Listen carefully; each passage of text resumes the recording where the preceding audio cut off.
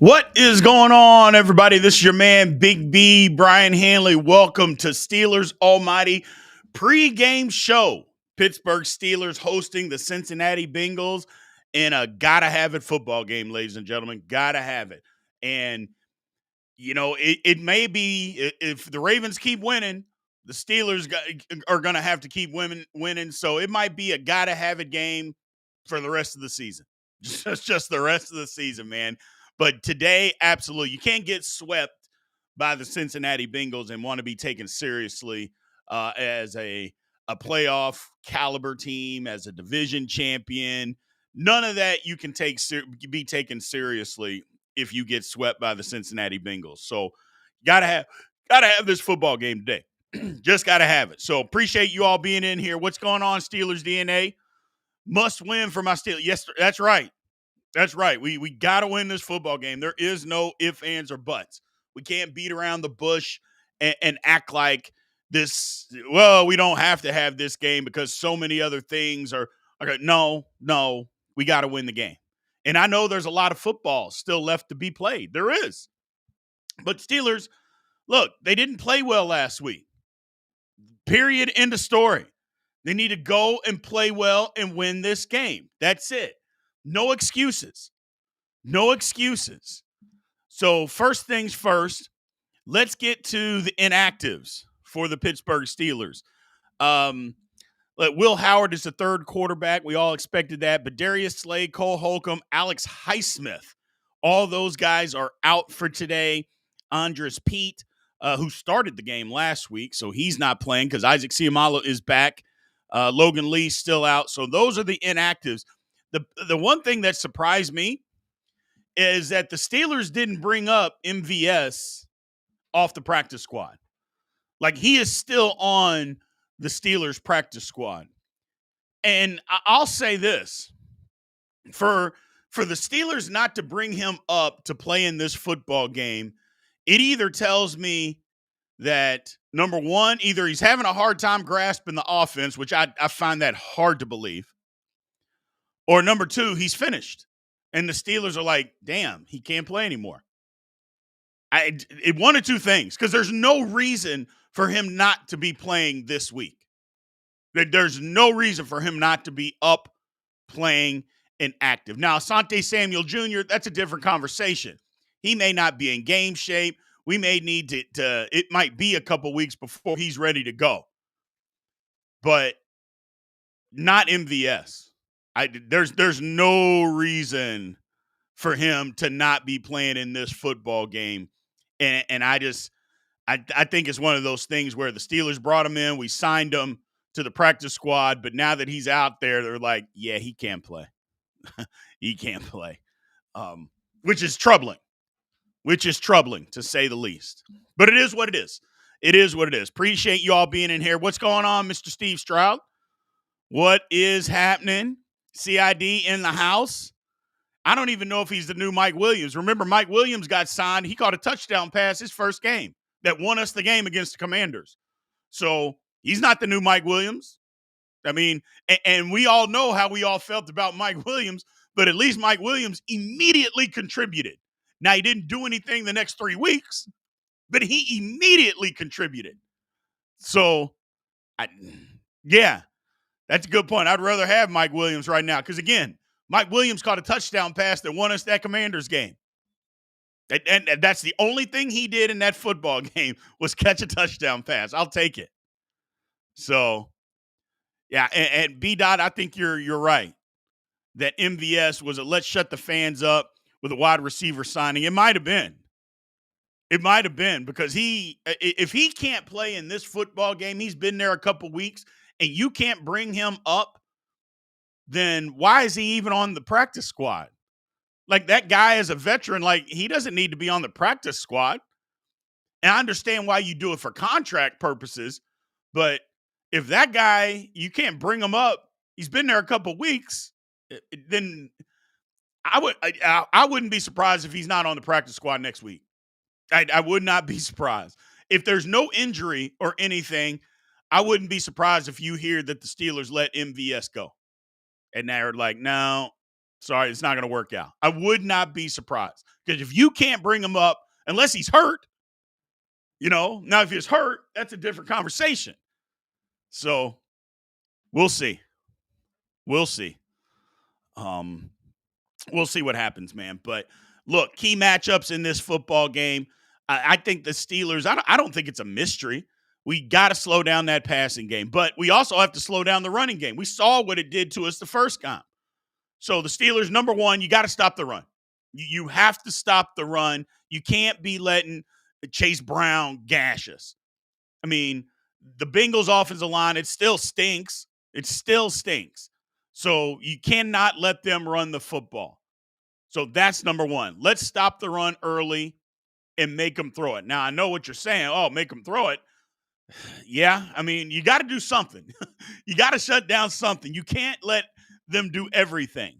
So you have to be able to stop something. And for me, that something is, number one, stop the run. And then get after the quarterback. Now, yes, they're going to go to the quick game. 3-step drops, get the ball out. Just don't be where they think you're going to be.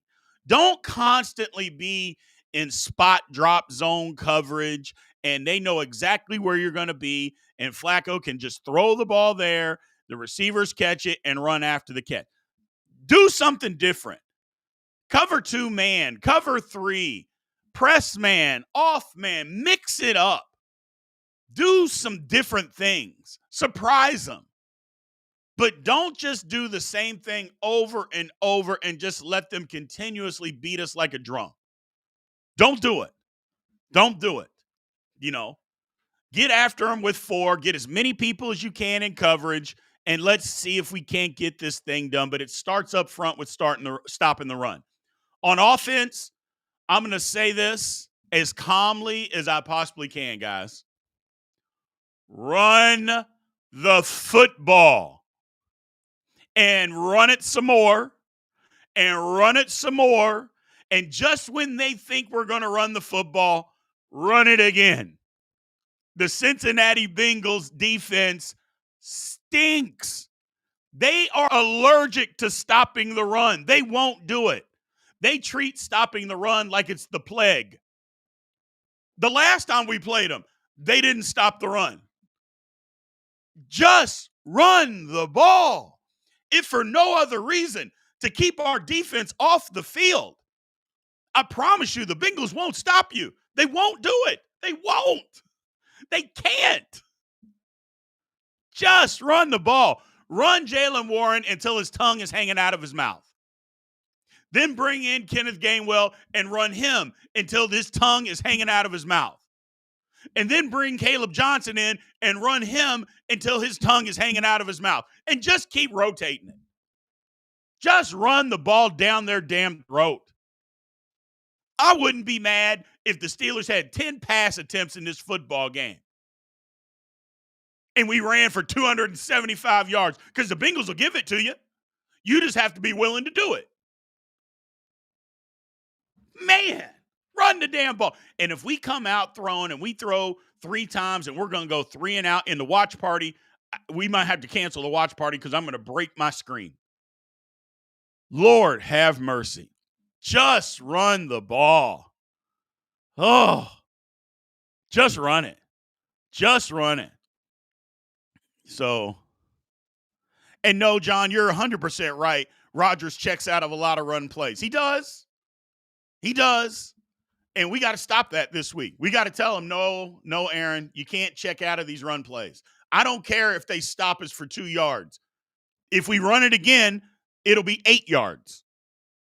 Yes, there are going to be some times where the Bengals players actually make a play. They are paid professionals. So, yes, we're going to run the ball once, and they're going to stop us for no gain. That doesn't mean we don't run the ball for the next 8 plays. Run it again. I bet you they don't stop it again. Golly, just stick with it. And it just kills me that people believe that, oh, we ran it once and yeah, they stuffed us. Well, those guys do get paid. They're professional football players. Every once in a while, they'll make a play. It happens. Ugh. Oh well.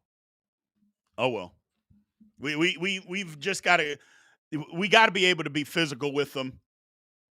Keep our defense on the sideline, get them as much rest and be as fresh as possible, and just take over the football game by running the football. If there's no game that our offensive line should dominate, this should be a game that our offensive line, because hell, they dominated the last time we played. We just didn't give them enough opportunities. The Steelers O-line dominated the Bengals last time. But we got behind because Aaron Rodgers threw a dumb interception, and then DK got the ball stripped away from him another time, and we got behind by 10 points, and we couldn't necessarily run the ball. But my God, they ran the ball up and down the field on the Bengals. And we need to do it again. We need to do it again.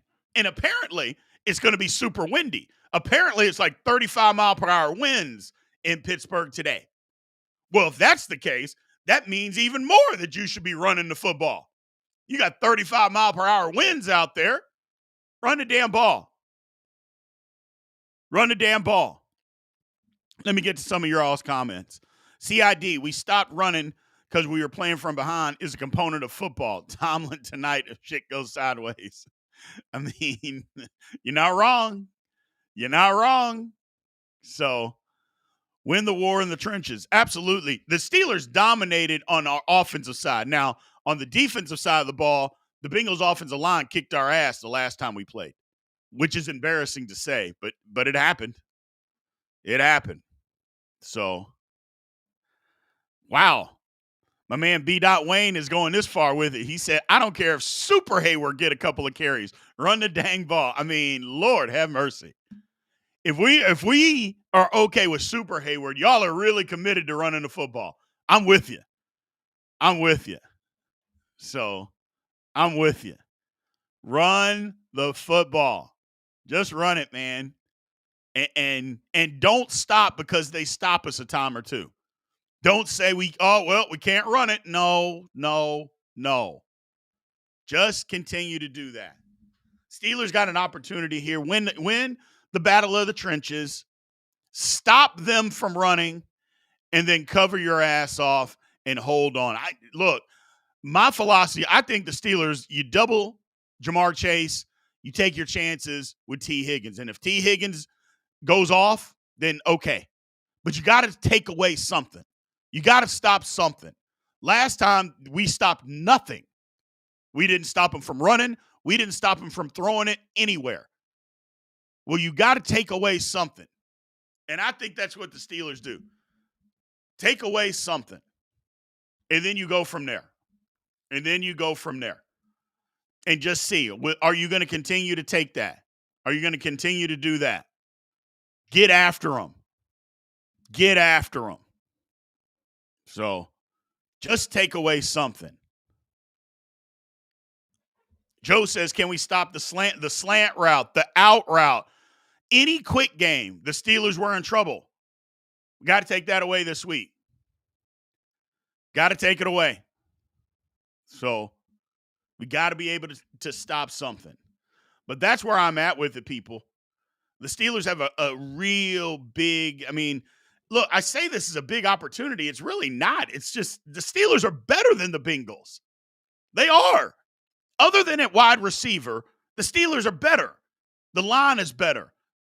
The running back is better. Every position on defense is better. Other than receiver, and you could say that Joe Flacco is playing better than Aaron Rodgers. Okay, I'll give you that. But Lord have mercy. The Steelers are better. It's time to play like it. Put a complete game together. We haven't seen that all year.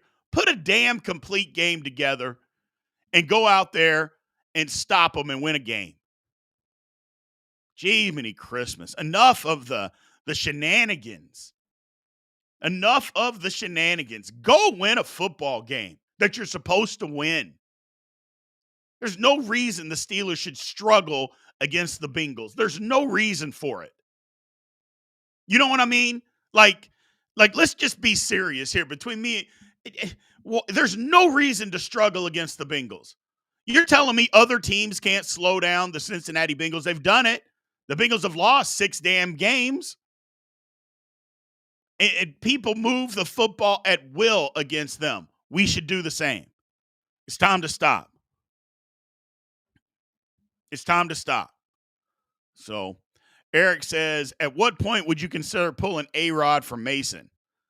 Last week, there was a point A-Rod seemed uncharacteristically helpless. I mean, you're not pulling Aaron Rodgers for Mason Rudolph under any circumstances unless he's hurt. I mean, Aaron Rodgers is a better quarterback than Mason Rudolph. It's just that simple. And unless he's hurt or he puts together 4 games in a row where he plays like last week, then you would say, okay, enough's enough. Enough's enough. But after one game, I think it's a silly conversation, to be honest with you, Eric. I think that's a silly conversation because the week before, Aaron Rodgers was just fine.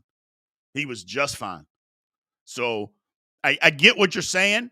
I totally understand what you're saying. But it would take a lot and not just one game. I'm with you, brother. I'm with you. But it's going to take a lot to get rid of Aaron Rodgers at this point. Because, first of all, the Steelers are committed to it.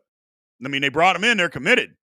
So, I mean, it's not a bad question. That is not a bad question. Because what we saw last week from him, it's like, whew. And I think you're being nice by saying uncharacteristically helpless.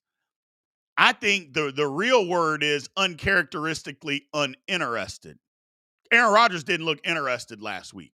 He looked like he could have cared less to be out there on the football field. That's what it looked like.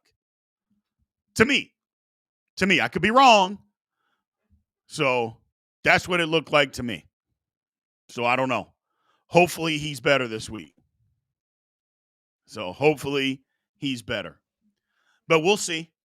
We'll see. I'm ready for I've finally wiped that stench off of last week's game, which was absolutely disgusting. And I'm ready. I'm ready for a rebound this week. I'm ready for a win this week. Steelers just got to get it going, man. They just got to get it going. So you got to get it going. Oh, B-Dot says you put Will Howard in after the Steelers are up by 28 points. Well, you can't do that this week because, again, he's the emergency quarterback. So you can't just put in the number 3 guy, just because. He's got to be the backup. So third emergency quarterback can only go in if the first 2 guys get hurt. So no Will Howard this week. And I wouldn't suspect there's Will Howard in many weeks. So, but that's okay. Pierre Island. Pierre, I think, is going to get the start today. Darius Slay is out. I think our main man, Mr. Pierre, is going to get the start today. We'll see. Chris Turner became a member. We appreciate you, Chris. Thank you for supporting the channel, brother. Welcome aboard. That's right. Welcome aboard, man. We appreciate you.